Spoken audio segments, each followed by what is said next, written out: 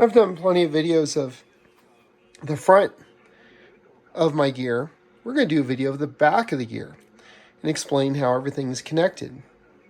And this will be fun. Let's do this. So starting on the back row on the bottom here, that's the power supply for the FTDX 101MP. That's the FTDX 101MP. And on the antenna 1 output, which is the only antenna output I use, is an LP 501 coupler for my LP 500 watt meter. The output of that, or input, depending if you're receiving, goes to my little home-built 2-in-1 electronic switch. And this switch, I can switch which amplifier instantaneously, which amplifier input and output feeds the radio. This works in conjunction with this switch up here.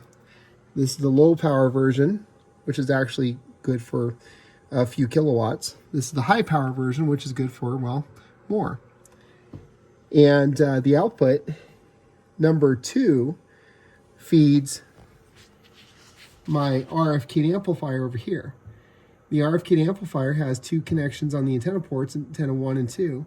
Antenna 1 is to my output switch box, and antenna port 2 goes to a dummy load. Makes it easy to switch to a dummy load if I need to quickly. Of course, you can see the LP500 is connected to the network. The other amplifier is an OM power over here. This is this big beast over here. Takes 2 20 amp, 240 volt lines in to power it. You can see everything has its own ground strap.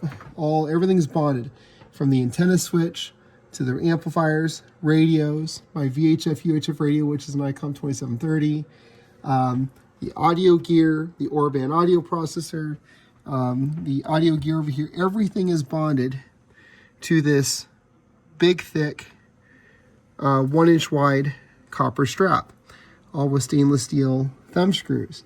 So everything ties to a common bond. So everything's at the same potential and everything is bonded for RF.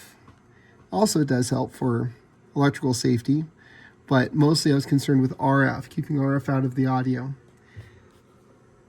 Audio gear, what I'm doing here. So I have my TLM 103, which then feeds down, comes around, comes up, feeds the input of my mic preamp. Mic preamp then feeds into one channel DQ 2496. 2496 then comes up after some EQing, feeds to the back of the Orban audio processor.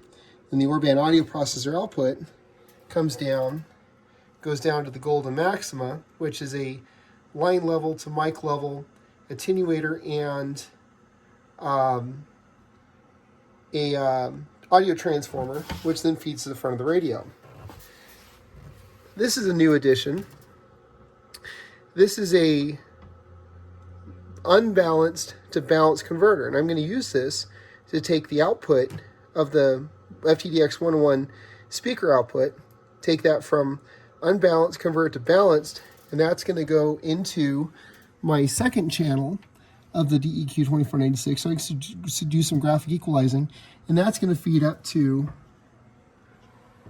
a powered speaker, which I don't have in place at the moment. I have a Personas ERS or Eris E44 on order, so that's coming. Then for power, I have a Furman power strip, which switches all the power for all my wall warts. The wall warts power the LP 500, my CAT router, and the small wall wart there is the power for my input and output RF switches. Also, I'm switching everything from the amplified speaker, the Orban, the audio gear, the rotor controller, which is the green heron rotor controller, all get switched. What doesn't get switched, however, is there's another little Astron 28 volt power supply over there, which powers all the time to the step IR. The step IR needs power all the time. The step IR controller is right in front of it. It's, I did the best I could with wiring, as compact as everything is. There's a lot of stuff back here and not a lot of room. So that's the back of the shack. And yeah, that's all the room I get to wire this. And then up here I just have a bunch of test equipment, and of course airplanes, because, you know, they're fun. Anyways, that's the back of the shack. Catch you later.